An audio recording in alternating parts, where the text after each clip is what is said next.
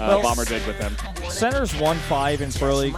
Well, he was one of the mid-tier players on TSL back in the day, and I know I always hype up these TSL players, but TSL was a really strong team in the GSTL, even though it ended up, falling apart at the end. And most of the top players from TSL are still around today. That tells you something, because most ESF players from that day are gone. This guy played really well. He was always like on the cusp of Code S. He was a Code A player, always like going to the up and down matches, never really had his time. But he was a good filler Terran player for TSL. BBoongBBoong, on the other hand, had a lot more success back in the day. But in recent times, man, like when I see Center play recently, I look at him and I say, oh, I see what you're trying to do there. Maybe you got to work on your macro a little bit here, or maybe you're just not that familiar with the map yet. When I see BBoongBBoong, I'm like, I don't even know what you're trying to do. You are clearly not in the right mindset. I watched BBoongBBoong specifically at every Code 8 qualifier, every Star League qualifier, because I usually go to almost all of those, or if I'm not commentating them. And BBoongBBoong seems to be just doing only all-ins every time I stand behind him at those qualifiers, every time I cast his games. He's not in the right state of mind, I don't feel. Yeah, he even was talking in the chat, saying to Center, like, hey, man, I'm 0-6. You should win this game. I'm like, what? Why would you ever say that to your opponent before a game ever? Yeah. This guy is definitely lacking in confidence. Maybe that's why we see those all-ins. Let's jump into the game and see what happens. Center versus BBoongBBoong on Vaani Research Station.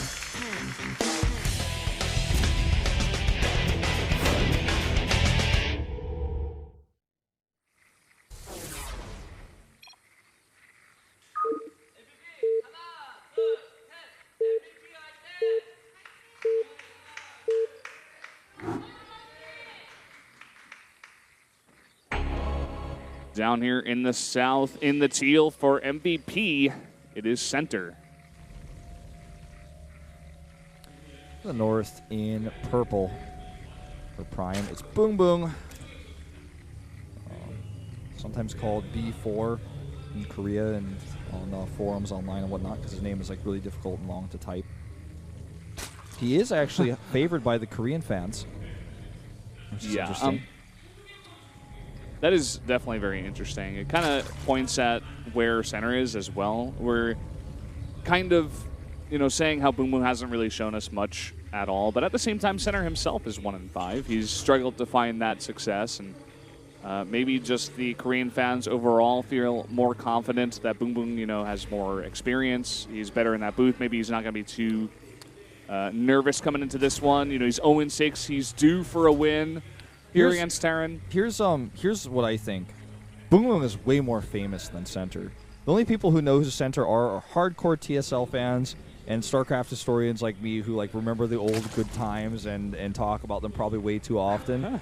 But BBoongBBoong was famous because he used to be much better than Center. BBoongBBoong was in Code S several times. BBoongBBoong was able to be the first player to ever beat Nest-T in a best-of-3 ZVZ series. BBoongBBoong was the player who came to GSTL wearing a crazy suit, like a mascot suit for his team. He's done all sorts of crazy stuff like that in the past, and so he's quite famous for that. And he was also famous for eating after his matches. When he would win, he would just pull out a bulgogi burger out of a bag he brought to the studio, or pizza that he brought with him. He was always eating when he was seen on the bench, and his ID means to fart, right? So amongst the Korean fans, he's much more famous, especially the hardcore fans that watched from the beginning. I feel like a lot of StarCraft 2 fans, especially Kesma fans, just simply don't know who Center is. Yeah, BBoongBBoong's got some kind of personality. He has some kind of history, where Center, as you mentioned, not really as famous. We do see Center going for an extremely greedy build, by the way. He goes for CC first into gas. So it's going to be a while before any units come out. On the other side of things, BBoongBBoong goes for hatch first, but doesn't commit to any lings. Yeah. Just decides he wants an early queen, basically. Maybe just to be safe overall. You mean, pull first into the queens, yeah. Yeah. And I guess this is okay. There is a small chance it would be CC first on this map. And if you, I don't know, this is kind of weird. It doesn't make the lings. I'm trying to think of a really good reason why you would just not make them. Because if it is CC first, the lings would be great to pressure a CC first. Was there a chance of that? And well, I think it was just to be safe overall. In case it was some kind of proxy Reaper or just proxy 2-racks or something, having that early pool was going to be key in defending it. And once he saw that there was no kind of cheese or all-in from Center, he was just like, oh, okay, I'll just transfer into macro. Yeah. And he gets extra drones from that, 2 of them, in fact, to make up for the fact that he went for that early pool instead of the hatch. It's totally fine. Let's see what Center wants to do here. Center is also known for doing a lot of timing attacks. You've seen him do Hellbat, Marauder type attacks a lot in the past. You've seen him do Marauder Hellion even in Wings of Liberty sometimes in this matchup. His macro in the TVZ matchup, just historically speaking, for some of the games we've seen from him, is not always the best. He's not the guy who's able to really put on those heavy-hitting parade pushes. So I would like to see something very aggressive from him early on, like a commitment to big Hellion harass and creep clearing, maybe even a Hellion run-by attempt, something like that. Well, it looks like for now he could possibly be going for those Banshees. It looks like he's even moving that barracks in place to get that tech lab down. He's already taken 2 of his gases, got that first gas very early. He's also going to have a bunch of Hellions out with that reactor. I don't think he made a single Marine. He's just going full-on tech straight after that CC. What's really curious is Center has got this really weird SCV scout pattern. You see that where he was patrolling it? Well, he was looking to see if something was going to try to get by him. And now he sends over to the third base, a much more normal location for that to be. But it's going to be 2-base lair coming out for BoongBoong meanwhile. Armory. We're going to see Hellbat drops. Okay, no, there's still Hellbat Banshee. Could be getting a decently early Armory, I suppose, to go for mech. You know, this is a pretty awesome mech map, in fact, against Zerg specifically. Hellbat Banshee's not really that bad either. That was cool. Ooh, nice cancels there, BoongBoong. You're on your game tonight. Not committing to Cloak. This is a weird build. Yeah. It's just like, simply put 1 Marine into Hellbat Banshee. No Reaper Scout. It's going to be, whereas he's running it straight into a Roach build. I think the better build here, when you compare these two, it's almost like BoongBoong's build kind of counters Center's right now. He is going to get a third base behind this. He's going double Viking. Is this Marine King in the booth? What's going on, man? He's going to try to push the Overlords off the map because there's a lot of them. And just control. So he's... Okay, yeah, it is just going to be a weird... This looks like... You know who would do builds like this? Was Epixo the best, man. It's like totally crazy. Okay? He's going to lose a queen here right away, but he's got plenty of queens. He's going to target this Banshee down. The Hellbats are going to get totally crushed by Roaches. 2 drones killed.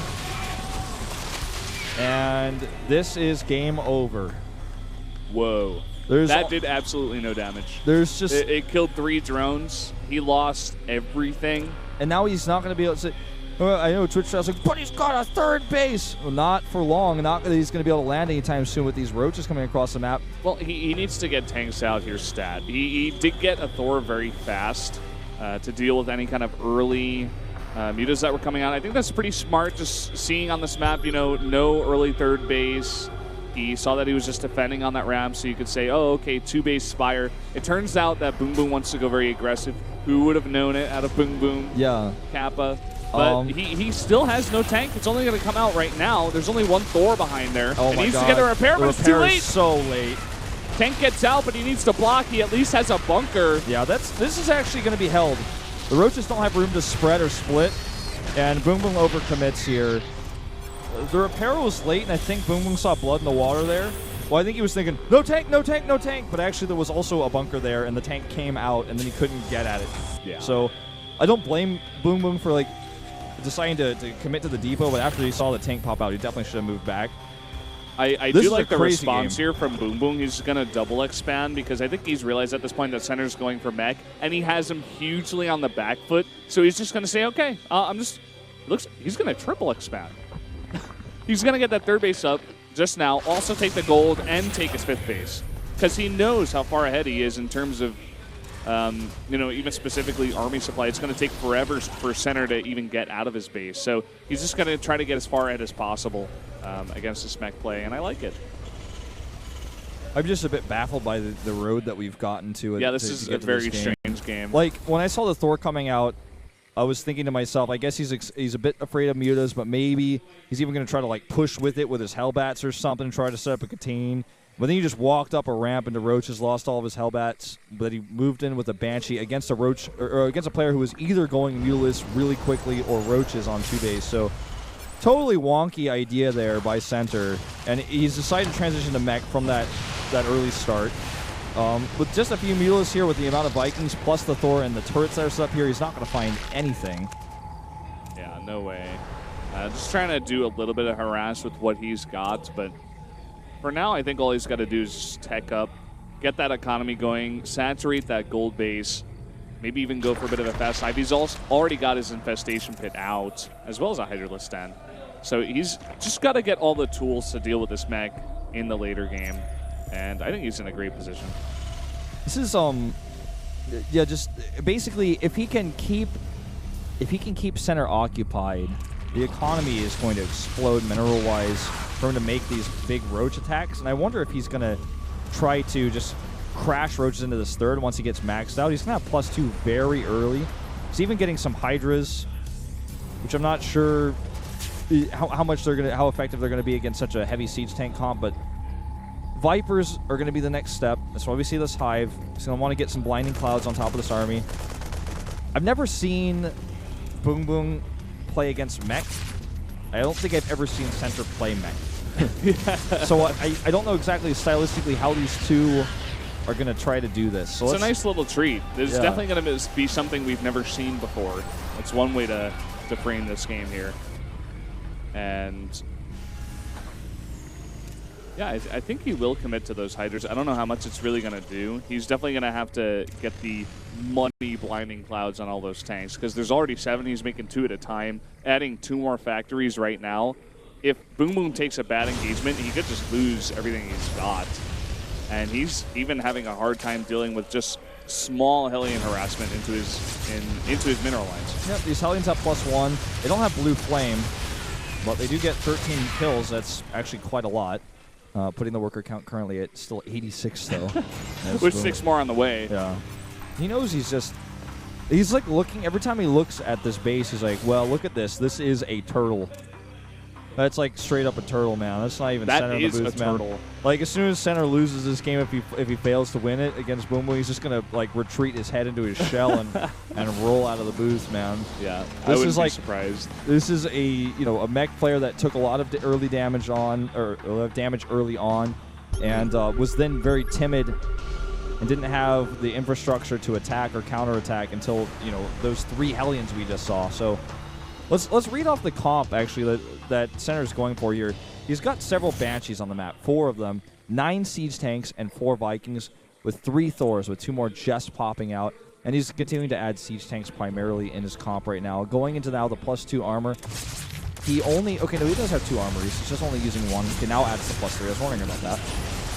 Hellion's coming in here and just going to kill a few more drones, totally undetected. He's going to clean up nearly the entire mineral line.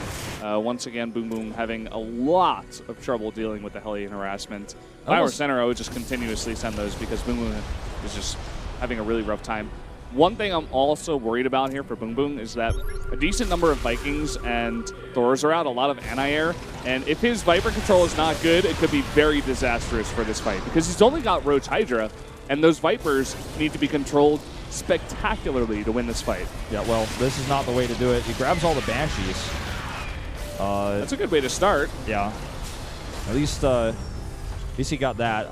I actually didn't lose any of those Vipers. Center, I think, panicking a little bit there. Good cloak reaction, but there are, of course, Overseers there to kill the Banshees that were pulled. The Banshees that weren't pulled, though, were out of vision, it looked like, so he couldn't actually yank anymore. But I feel like if he targeted his Vikings there, he could have picked off 1 or 2 of those Vipers. Either way, he's slowly pushing his way across the map. And we're going to see the Turtle Man upgrade his shell armor. The Turtle Man? Is that Center's name now, the Turtle Man? Well, I meant to say like the Turtle, man, as if like talking to you. But yeah, we can call him the Turtle Man at this point. The turtle that grew turrets on top of its shell. Okay, here comes some more yoinks here on the Banshees. That's what these Hydras are helping here for, to pull those off. Hard to replace those Banshees, of course. The one thing that BBoongBBoong really does have here is a gigantic bank. He's going to have a really great Remax like I said before, the engagements have to be perfect. Some really nice blinding clouds on all those tanks that were sieged up. Yeah, some of these Thors on the right side are left to do whatever they want, and with Thors against such a small amount of Roaches and Hydras, they can do quite a bit of damage. The issue here is the Remax and Mutalisk, and if he actually overcommits to bring his Thors forward here, he's going to be in a lot of trouble. In fact, right now on the map, he only has those two. 34 Mutalisk might actually just be enough because he had these bases for so long. He's going to Remax with Mutalisk and should be able to wipe these Thors. I don't know if Center's going to have a response to this. He doesn't realize this is happening. He's just continuing to make siege tanks back home. 44 Mutalisk. Yeah, I think this is just going to be too much. He doesn't have an air. He's desperately right now trying to make 3 Vikings and 2 Thors at a time. He's got the SCVs in position on those Thors, but this is 44 Mutas. They're not all out at the same time, but that's enough right now to deal with the Thors here. There's only 2. I think he should not actually be sending those siege tanks back because the Mutalisk are just going to kill them on the way home. To try to use them even on the ground to maybe kill a base or something to buy time to get Thors out, because they're just going to run back here and die it somewhere else. There's a ton of turrets here to hide behind, so I suppose actually thinking about that, maybe this is the right choice. We don't normally see this many turrets actually made on the ground. Still not enough. And 2 Thors about to pop, but the damage has just been done, simply put. This is a disgusting amount of mutas. This is just going to be too much. It's like making me itchy, man. Well, here come those Thor shots. Not going to be enough. Going to get that magic box on him. 1 goes down. 2 go down. Center goes down. Goodbye, Turtle Man. Time to withdraw. Oh, I like it. I like it, Wolf. Got to take out the 2 tech labs. That's going to be it.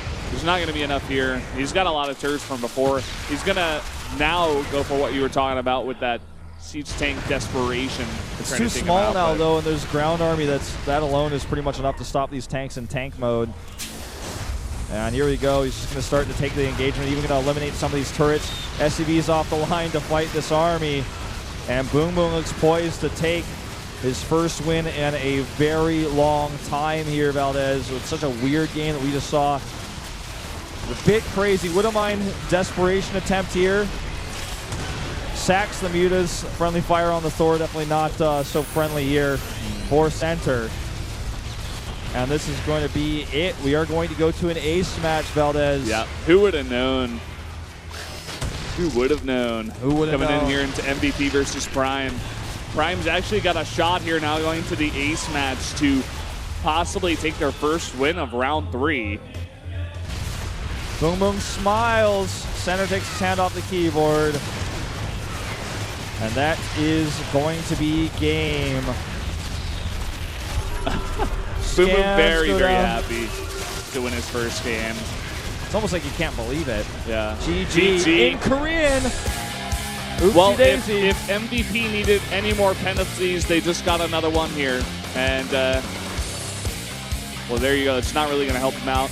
We've said it many times before, a lot of these teams are very close in indicator points, and even penalties can get you behind. They can make the difference between 4th place and 5th place and not getting into the playoffs. So, kind of an immature move there from Center, I have to say myself. Well, at this point, as it's based, the Prime team is essentially, I mean, they could be renamed Creator and Friends at this point. And I feel like Creator is the obvious pick for ace matches. If they don't use Creator, I think we're going to see a Creator Younghwa rematch.